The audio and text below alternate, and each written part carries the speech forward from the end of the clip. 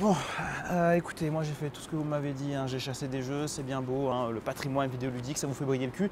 Mais en attendant, ça m'amène pas de bouffe. Je peux pas payer mon loyer, moi. Tout est à point qui sait attendre, monsieur Daclip. C'est marrant parce que j'ai dit la même chose à mon huissier, mais depuis j'ai plus d'appart. Continuez à chasser. Nous vous recontacterons. Y a pas à dire. C'est pas mal. T'as vu ça? Ah bah t'es là toi. Ah bah fallait bien quelqu'un derrière la caméra, hein. Ah j'imagine. Bonjour viewers, bienvenue dans Game Hunter, je suis Clippy Daclip avec beaucoup trop de cheveux dans un décor qui est tout nouveau, tout beau. Et aujourd'hui on va rester dans la continuité du dernier épisode et on va parler d'un jeu qui est cher à mon petit cœur d'enfant. Et c'est encore un jeu de sport, et une fois n'est pas coutume, parce que ça se reproduira sûrement jamais, c'est un jeu de football. Aujourd'hui, monsieur dames, on va parler d'International Superstar Soccer Pro. Alors, International Superstar Soccer est un jeu de football sorti sur PS1 et Nintendo 64 en juin 97, et développé par...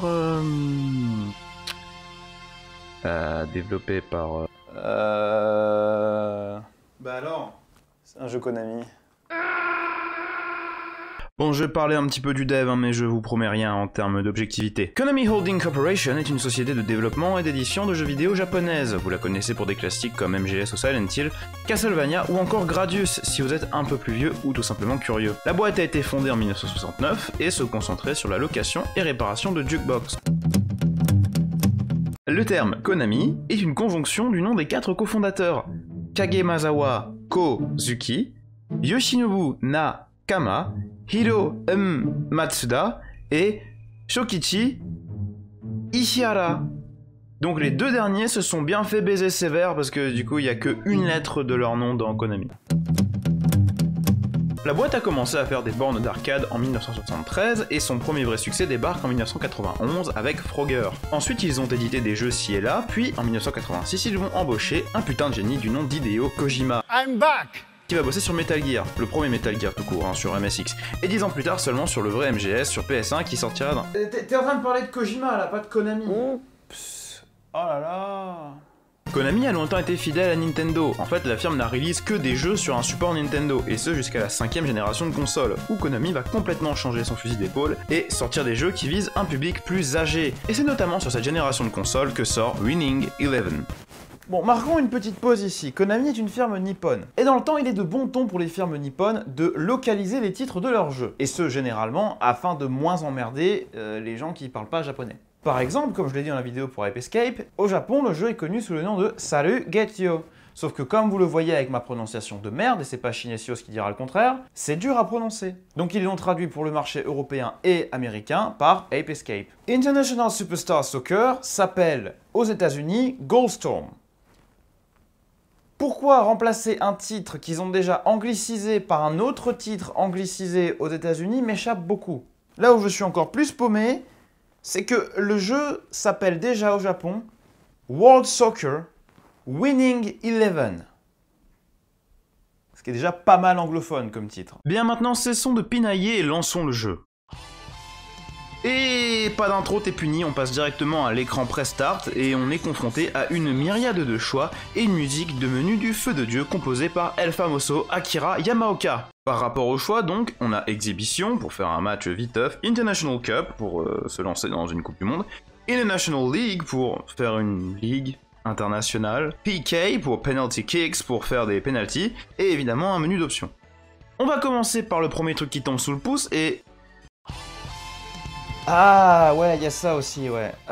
Au Japon, on utilisait généralement la touche rond pour valider et la touche X pour annuler. Et oui, je dis X, parce que je suis un connard. Mais nous, en Europe, on a plus l'habitude d'utiliser X pour valider et triangle pour annuler. Même si ça a changé avec l'arrivée de la PS3, où on a commencé à utiliser rond pour sortir des menus. Est-ce que vous vous rendez compte à quel point c'est le dawa? Laissons le débat houleux de la signification des touches derrière nous et voyons ce qu'on peut faire ici. Bon déjà on peut jouer contre une IA, on peut jouer contre un autre joueur humain, jouer avec le dit humain contre une IA et laisser les IA jouer entre elles. Du coup là c'est le moment où je fais une vanne cringy sur le fait que les IA vont dominer le monde et je fais une ref à Terminator. Ouais, mais on n'a pas de budget pour ça. Le cœur du jeu reste évidemment les compétitions, et autant j'ai pas énormément d'expérience avec la Ligue internationale, parce que c'est long et chiant, autant je connais bien l'International Cup. L'International Cup reprend le format d'une Coupe du Monde avec des matchs de poule, puis une phase éliminatoire, avec comme but ultime de soulever le trophée qui ressemble à une pièce d'échecs géante. Bon, on joue généralement un jeu de foot sur deux gros facteurs, son gameplay et ses licences. Alors, déjà, en termes de licence, vous pouvez vous brosser complet, à moins que vous ne chopiez la version OG du jeu, sobrement intitulée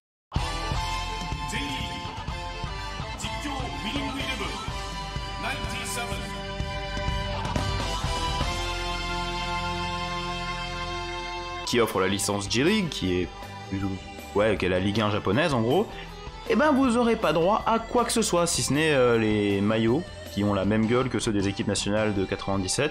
Mais à part ça, que dalle, pas de Zidane, d'Albert Lato ou de Kitazawa, mais plutôt Chatilio, Alfredo et l'unique, l'incroyable Yamada. Niveau gameplay alors, qu'est-ce que c'est que ça donne? Déjà, oubliez immédiatement ce que vous savez. Non, les joueurs n'ont pas de stats individuelles, rien ne laisse penser que Mimura tire moins bien les coups francs qu'Yamada, ou qu'Alfredo a plus de réussite au but que Mendoza. L'IA a un comportement de ruche, comprenez par là qu'il n'y a pas d'individualité, et les seules différences qu'on ressent sont dans la forme physique des joueurs. Jaune étant normal, orange en forme, et rouge Oméga Tapioca destructeur des mondes. Il y a aussi bleu, où le mec est un peu fatigué, et absolument et total dépression syndrome, qui veut dire que le joueur aurait mieux fait de ne pas se lever. D'ailleurs, en parlant de technique, c'est assez pauvre. Ouais, si ce n'est pour quelques passements de jambes qui se font aléatoirement, il y a que dalle. Pas de sombrero ni de virgule ou quoi que ce soit d'autre de footballistique. Ici, c'est service minimum. Passe, lob, tir, passe en profondeur, une 2 que vous découvrirez complètement au pif en appuyant sur une des gâchettes, sprint que vous trouverez sur une autre gâchette, et c'est à peu près tout. Le gameplay est plutôt simpliste. Ah, donc c'est nul! Tu parles enfin d'un jeu de merde! Non, j'ai dit simpliste, et c'est une qualité. J'ai utilisé un terme dans ma précédente vidéo, easy to pick up, hard to master, et un des éléments clés de ce principe est la simplicité.